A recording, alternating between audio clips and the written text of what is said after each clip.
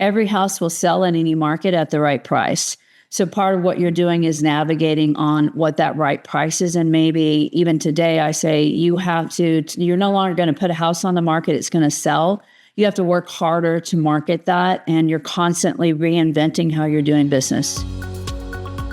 Welcome to the Dream Home Podcast, the show where real estate meets real talk.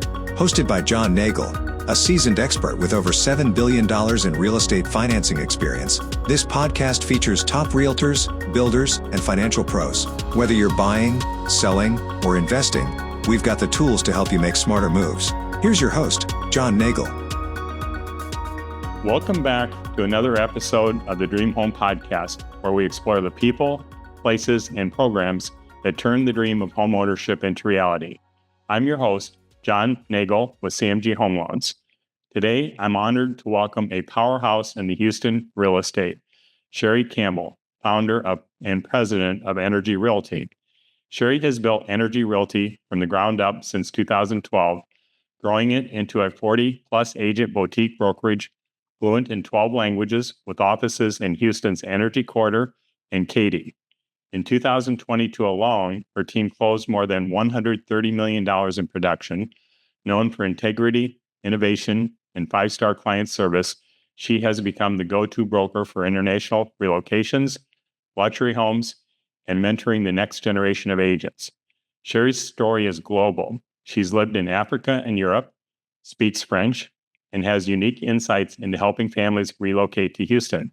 She's also been recognized as a five-star real estate agent award winner and has been featured in multiple times in Houston Agent Magazine's Who's Who.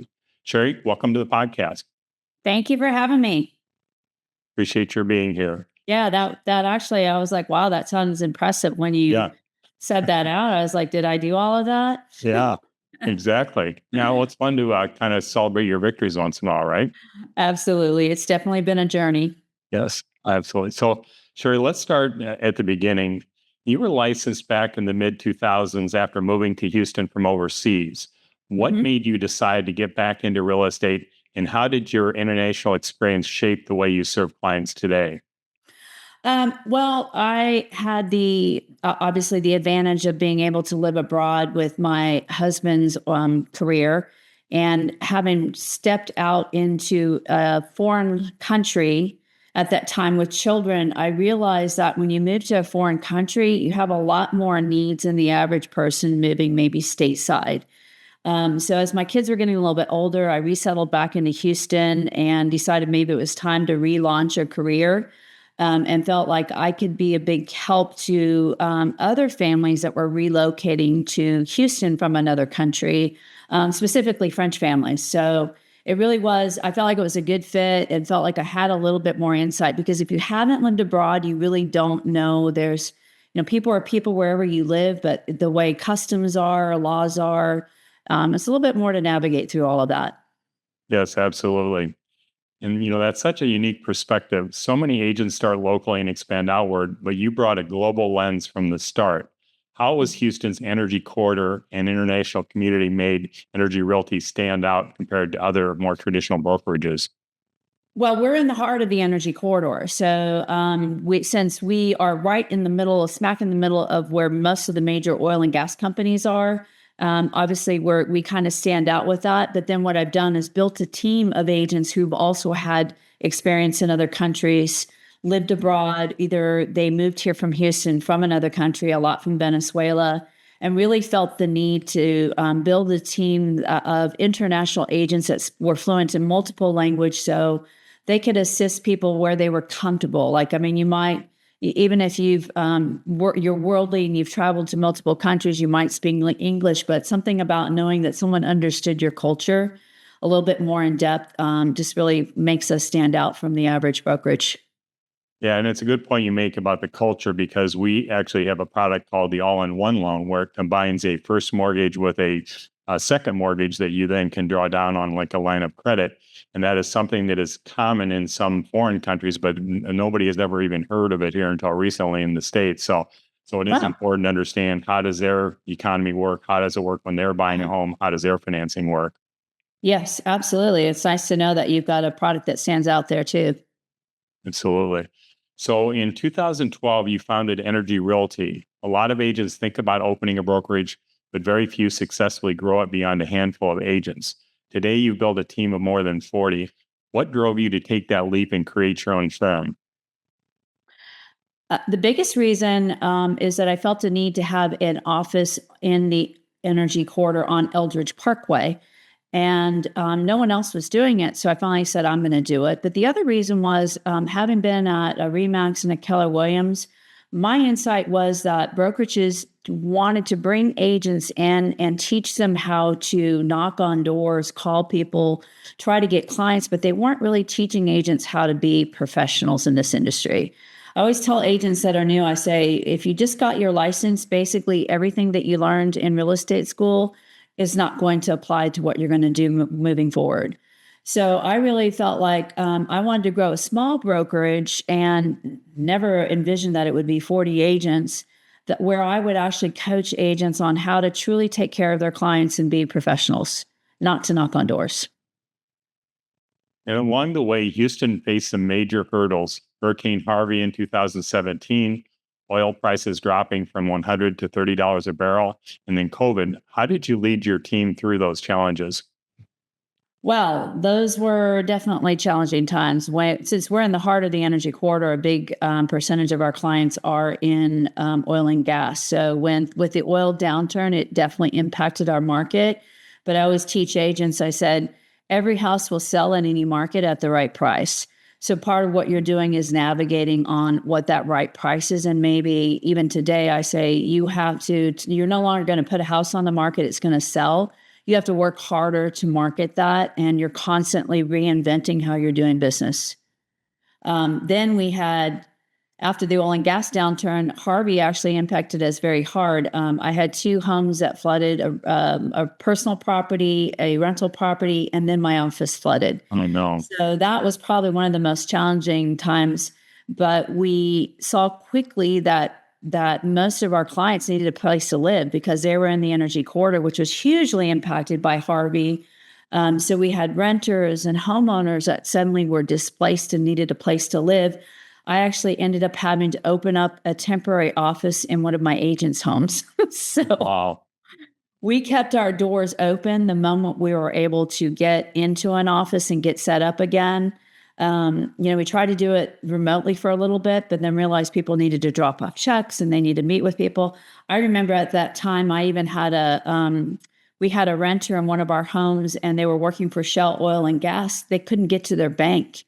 And so I said, I can get to my bank. I'm going to go ahead and draft your security deposit and rent for you. And when you can get to your bank, you can pay me back.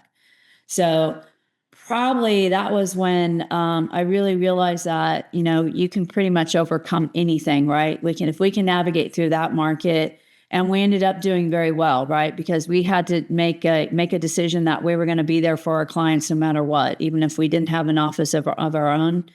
And then COVID. So same thing.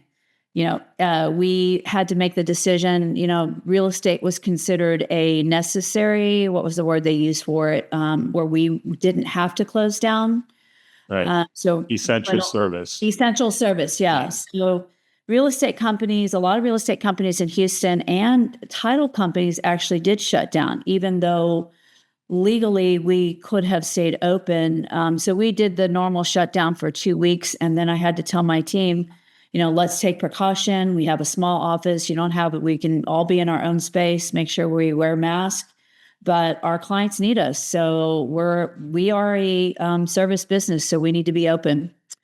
So we reopened and within 3 months, real estate just took off. So we were able to position ourselves to do probably some of the most business we could do in the next few years, while some offices had to start over.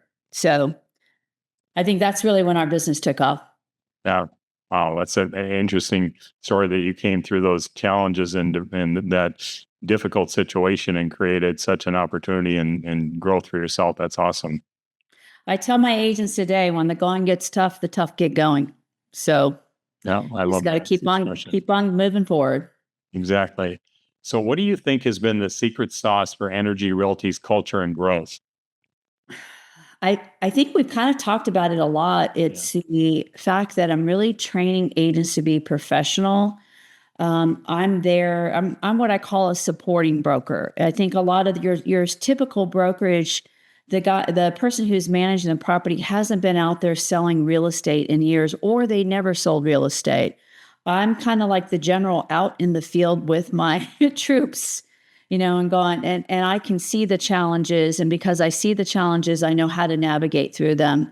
The other thing that we did in the last 4 years, I added on the technology platforms. I really saw the writing on the wall that even as a small brokerage, I needed to have the technology available for my agents in order to be successful. So I think we have one of the best technology platforms, or what I would say, options. I provide the tools for the agents to be successful. Yeah, that is super important these days because everything is moving so quickly. And if you don't stay up with that, you're going to fall behind the other brokers that aren't adopting those technology platforms like you're discussing. Absolutely. And I practice what I preach. I'm not going to tell my agents to do something that I'm not doing myself. Absolutely. You work with a wide spectrum of clients, from relocation families to luxury buyers and sellers. What are some of the biggest concerns you hear from clients moving to Houston for the first time? Biggest concerns: flooding. Are they in a flood zone? That might be the first question. Educating potential buyers on flood zones and flood risk in Houston. Obviously, the pictures of Harvey, even though it's been 8 years now, that's still, yes, that's still pretty. If you go on the internet and you Google anything about this area, you'll see pictures of the Harvey flood will pop up on the internet. The other thing is just the cost of homeownership is a little bit higher than some states because of our property taxes are higher. And as well, the insurance costs have kind of skyrocketed over the last few years. Yeah, and fortunately, in the state of Texas, there's not a personal income tax, so that helps offset some of that. The higher property taxes you're talking about. Mm-hmm.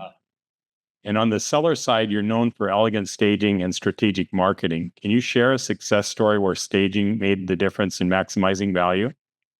Oh, God, I have so many success stories. I do have one that was actually not in our part of town, but it was a client that lives in my neighborhood in the energy corridor. He decided to build new construction, 1.5 to $2 million houses in West University. He thought he needed to hire an agent that was more local in that area. And when she was unable to sell it for a year, he contacted me. And the first thing I said is, well, I think we need to stage your home, even though it's brand new. And he said, well, my other agent told me that staging actually doesn't help. And I said, well, buying homes is an emotional purchase. So if someone walks in and a house is empty and cold and not full of life, they don't visualize themselves living there. So for me, staging helps a buyer visualize themselves living there and just really shows placement of furniture and other things. So we staged that property with furniture that I actually have in-house, and we were able to get it under contract in 45 days. And that's actually on our website. I have that success story there where I talk to the seller, about how we can make a difference. And it's not always about, where that brokerage is from, but, what services that realtor is going to provide. Yeah, absolutely. I love that story. And it is important because when buyers come into a big empty box, it's hard for them to imagine, where am I going to put my sofa and where am I going to put my dining table? And it helps them to imagine themselves living there by having that, set up in a way that is, appealing to them. Yeah, and this was an unusual house. It had a giant living room. Like, he basically put all of the living space inside the house and then left a very small yard. So the first thing I told him is, I said, the next time you build a house, maybe make the living space a little bit smaller and leave more space outside, because that was after COVID. And I said, people want outdoor space, even though it's 100 degrees in Houston in the summer. Everybody envisions themselves outside barbecuing or swimming in a pool. And when you put all the space inside, you're not going to get that same reaction. So, and it was hard to, people walk in and they see this giant living room. They're like, where in the heck, what would I do with this space? So you really have to be able to show them how they could, position furniture in that space. Yes, yes. And for our listeners who might be realtors themselves, what advice would you give on working effectively with relocation clients or international buyers? Um, Understanding their cultural needs as well as what they expect in a home. But I mean, the first thing that I try to do with anybody coming from another state or another country is Houston is such a big city. We are multiple cities in a city. So what we're trying to do is identify where your kid's going to be going to school, where is your office going to be at. If you're working downtown and you're trying to live in Katy, you understand that your commute might be an hour and a half, right? Because they might, a lot of times they're coming in the summer and school's out and the traffic isn't as bad. And so they anticipate, because what you have to do is help them see forward, not just what is right that moment, right? Is this really where you're going to be happy? Because I don't think you understand Houston traffic yet, right? So it's really our job to, tell them more about the city and educate them and let them make a decision and, make sure, hey, this is, if you're going to sign these international clients are signing 2 and 3 year leases. This is not a short-term agreement you're making. If you are not happy here, you might not be able to get out of this lease and you're stuck in this home for the next 3 years. So let's make sure we take the time to really educate you on the different options for you. And I always tell them, I say, pull up drive time on HAR. Now I want you to check and see if I leave from this location at 7:00 in the morning on a Monday, how long is it going to take me to get to the office? The same thing, you might be say, how long is it going to take me to get to the school? Right. So look at that. The drive times are going to be, I think, an important factor. Yeah, absolutely. And the amenities are, you want to have restaurants nearby, you want to have walking to places, all those kinds of things. So it's really a good strategy. I know personally when I made moves to different places, that's one of the first things I try to do is figure out, okay, what is exactly what you said, the 7:00 in the morning. And I get on the road, from the hotel and try it and say, just, okay, yeah, well, this is not, I'm enjoying this. I'm not enjoying this as much, or there may be these better options. So it's definitely good to check all those things out, your proximity. Yeah. And I think that it always sounds like it's not a lot until you have to do it 5 days a week. So, right. And yes, you're absolutely right. Lifestyle is important. What do you like to do on the weekends? Are you going to want to go on for hikes or bike rides or do you prefer to be able to walk to restaurants? Houston's not a walkable city. There are pockets of Houston that are more walkable. Are you looking to be able to walk to places or are you okay hopping in your car every time you need to do something? Yes, absolutely. So Yeah. let's talk about your agents. You built one of the most diverse and dynamic teams in Houston, fluent in multiple languages and specializing in everything from relocation to luxury. How do you mentor and support your agents to succeed? We do a workshop Wednesday. Every Wednesday, I'm in the office, 10:30 to 12:30, 1:00. I dedicate at least that one day a week. I also have a very open door policy. Although I've got a great support staff, I've got a staff that helps with technology. I've got a marketing team. We're creating the marketing, email marketing, brochures, everything for our agents so they don't have to. I have agent services. I know that sometimes they need to hear from me. So I always say you can schedule, if you need to speak with me one-on-one, I just say, make sure you get on my schedule though, because you never know what I have going on during the day. Happy to sit down with you. You're having trouble selling a listing. I'm going to be there. As I said, I am a supporting broker. I'm out in the field with them. I feel like I can truly guide them and say, hey, try this. I've been working on this and it's been working for me. Right. Here's another marketing tip that you can do. So I really think that that's so important today to be able to get support from a broker that understands what you're going through and how difficult it is to sell a house in this market. My marketing team did a post. I was in my car and started randomly talking, said, yes, everyone's wondering how I'm selling my listings in this market, right? And said, it takes a lot more effort. You got to do a lot more marketing. I had 2 phone calls from agents outside of the brokerage that weekend and said, Sherry, what are you doing? How are you doing this, right? And I'm the type of person that'll actually pick up the phone and call them. I said, well, let me tell you, what I'm doing. It is taking a lot more effort, but so you can, happy to sit down and go into it a little bit further. We should support everybody in this industry.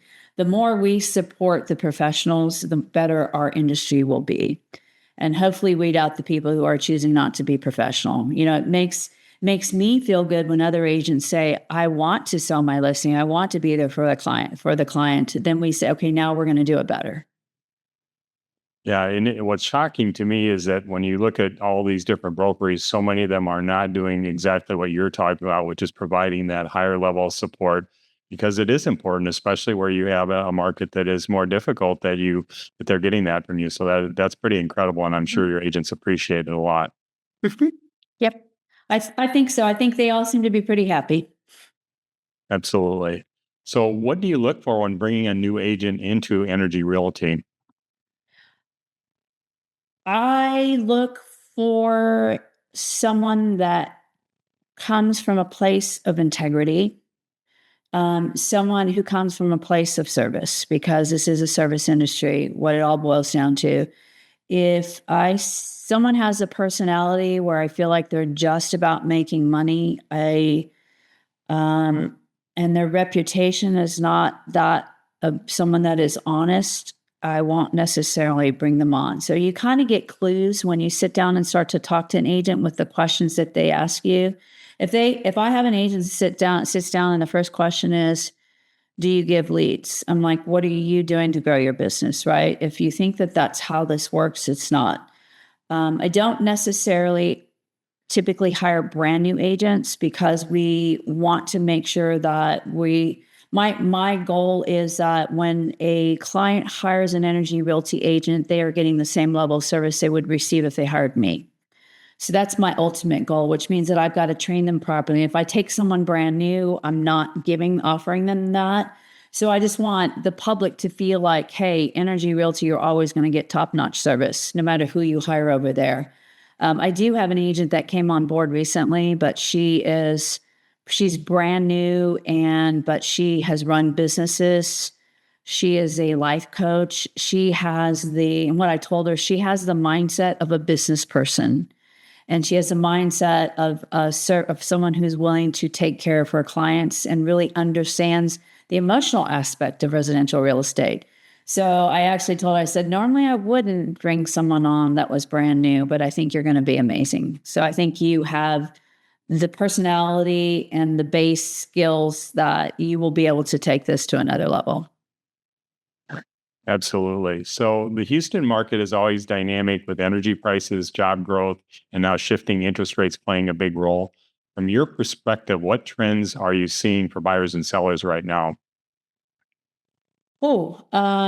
Definitely interest rates have impacted home sales. We've seen it. It was a little bit of a slower market. As I said, agents are saying, why does it take so long to sell a property right now? What do I have to do? Status quo doesn't work anymore. You got to get out there and market the property. You got to get out there and hold open houses. And you've got to make sure your marketing and your presentation online is better than ever. But definitely inventory levels are going up. Buyers have a lot more choices, but strangely, in some markets, they don't. So it just depends on your market. I don't know if I answered that question correctly, but the trend is that inventory levels are higher than they've been in about 4 years. So we are in what we call a buyer's market. It should be the buyer's place to do it. But we also see a trend where sellers are coming off of unusual appreciation following COVID, and their values skyrocketed, and they still feel like their homes are still worth that, and prices are coming down. If they are overpriced, they're not moving. And I'm talking, you don't even overprice by $10,000 right now.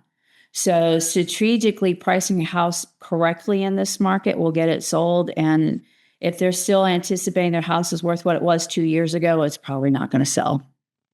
Yeah, that was a kind of a period where I think the we'll call them sellers, I guess, got a little bit spoiled because of the numbers were so crazy, and the escalating offers and things like that were going on because of those super low interest rates. And it's also hard for them to make that decision to move forward. But the good news on rates is now they are starting to make the move in the directions that we've been all predicting. They're bouncing around a little bit at the moment. But one of the programs we have here at CMG is called Rate Rebound, where we refinance for 5 years after the first 6 months for free, anytime the rate drops by 0.5%. So no origination fee, no processing, no appraisal. And so we are kind of protecting those buyers on the downside because it is the perfect time to buy. You aren't getting seller concessions because of the inventory you just talked about. And, a few years ago, that was not happening. I mean, I was getting very few seller concessions in Texas, and now it's become maybe a third to half of the time you're able to get that. And when those rates do get back down to where we're expecting them, all of a sudden you're going to have more buyers in the market again. You're going to be back to that situation where buyers are competing with, and prices will go up. It's just sort of the natural way of things, right? So this is a perfect time to buy, in my opinion. Oh, I agree. What do they say? Date the rate, marry the house, date the rate. There you go. Right. And I know you want to, in any market, you make your money when you buy. So buy when the market is down and when you have the inventory and you have the options. The other thing I try to encourage buyers, I said, think about looking at the house that isn't perfect and move-in ready. Because the homes that are move-in ready, fully updated, tend to move faster and they're going to go at the higher price. So if you're really, trying to make your money when you buy that house that needs a fresh coat of paint, that needs some new flooring, and that buyers aren't able to visualize themselves living there because you're going to be able to negotiate a better purchase where the other one is not. On the selling side, sellers cannot put a house on the market today that isn't freshened up. It can't look like it's been worn down and beaten up, just like you're going to sell a car. When the market was in the seller's advantage, you could put an ugly house on the market and the buyer would buy it. Now buyers get pickier again and they nitpick everything. Like I had one we just put on the market and they're like, oh, it needs a fresh coat of paint. And I'm like, they just literally touched up the paint. Then I have to go in there with a more discriminating eye. Say, okay, I see someone missed the baseboard. So now we got to get someone in to touch up the base, right? That 2.5, 3 years ago, that house would have just fallen off the market. No one would have ever said, oh my God, this is amazing. I love this house. I need to get it right now. Right. So now they're wanting to pick every single detail about that house apart. Now, so looking ahead, you mentioned plans to expand to 5 offices and 150 agents, plus your partnership with Block for advanced branding and compliance. What excites you most about the future of energy realty? You caught me on a good day when I said that. No. I was like, wait, did I really say that? Yeah, when I joined Block, it will be 2 years in January. And they have been amazing. They have created the technology platforms and they have a marketing team. They do our websites, they do our compliance. I can get them on the phone at any time. If an agent wants to get something, hey, I want to create a door hanger to put on someone to start marketing. The marketing team creates it for them. So really the support and the services that we have, I think are just like first class. My goal when I joined Block was that I would become the #1 boutique brokerage in Houston. And that's why I had that lofty goal of 5 offices. The last 2 years have been really tough. I'm just going to say, right? It's not as easy out there. And even navigating through with your clients as well as navigating with agents and trying to keep agents motivated, makes that a little bit more challenging. So I do still, that's just my personality is if I'm going to do this, I'm going to be the best. I'm going to be the best at what I do. So, we'll see where it goes. But I am still on that projection to open up another office. I believe its timing is super important. So I wouldn't do that, open up a 3rd office, which would be the next step until this market turns more in favor, where we're starting to see people out there doing more business. I always watch, where the market's going before I do something like that. Hopefully I answered that question too, but I kind of want to. It's my opinion. I'm obviously a little bit biased because I've been in the real estate industry my whole life, but I see this as a really strong year for us in the real estate business. And I saw a statistic a couple of days ago that August had more home sales. I think the last time was back in 2022. And so that's a good sign that we're definitely going in the right direction. And when I started in this business, this kind of ages me a little bit, but the normal interest rate on a house was 9.5%. And then as we know, some people are paying 18%. And I was in the commercial world as well, where we were paying 22%. So these rates, in my opinion, are good now, and they're only going to get better here in the next 12 to 24 months based on what's happening. So I think it's going to be a good time in the real estate business. I agree. I think we're heading into it. We've definitely been in a down cycle, and as real estate industry the market is cyclical. We should be heading back into a more up market. But what I have to put this other, it's not just the interest rates. The affordability factor has been impacted harder in places like Texas because as home values went up, property taxes went up. And property taxes went up. And then we also got hit where our insurance is about 30% higher. So an agent was just explaining yesterday, she had a client that went under contract on a house. They got the quote for the insurance and it was $7,500 a year. And they terminated because they said, oh, we can't afford that, right? So where your affordability factor is not just the interest rates, it's everything else compiled on top of that, which makes it a little bit harder for homes to move. So where August was, I think even in Houston, they showed that the home sales, but that's coming off, right? Closings in August were contracts that were taking place in the summer. And then typically our market will slow down August, September, and then pick back up. So we should be coming into a robust fall market. And we'll see which direction that goes as interest rates also adjust as well. Okay. Well, Sherry, this has been such an inspiring conversation, from building a brokerage through floods, oil downturns, and a pandemic to creating a culture of mentorship and international expertise. Your story is a great example of leadership in real estate. For our listeners, if you'd like to connect with Sherry at the Energy Realty team, you can visit energy-realty.com or follow them on Instagram at Sherry_F_Campbell and at Energy Realty Houston. Sherry, thank you again for joining us. And for our audience, thank you for tuning into the Dream Home Podcast. If you found this episode valuable, please subscribe, share it, and check out more episodes at dreamhomepodcast.com. Until next time, I'm John Nagle, helping you and your clients with one step closer to your dream home.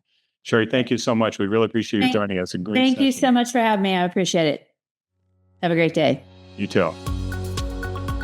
Thanks for listening to the Dream Home Podcast, hosted by John Nagle. Ready to take the next step toward your dream home? Visit www.dreamhomepodcast.com for resources, tips, and expert advice.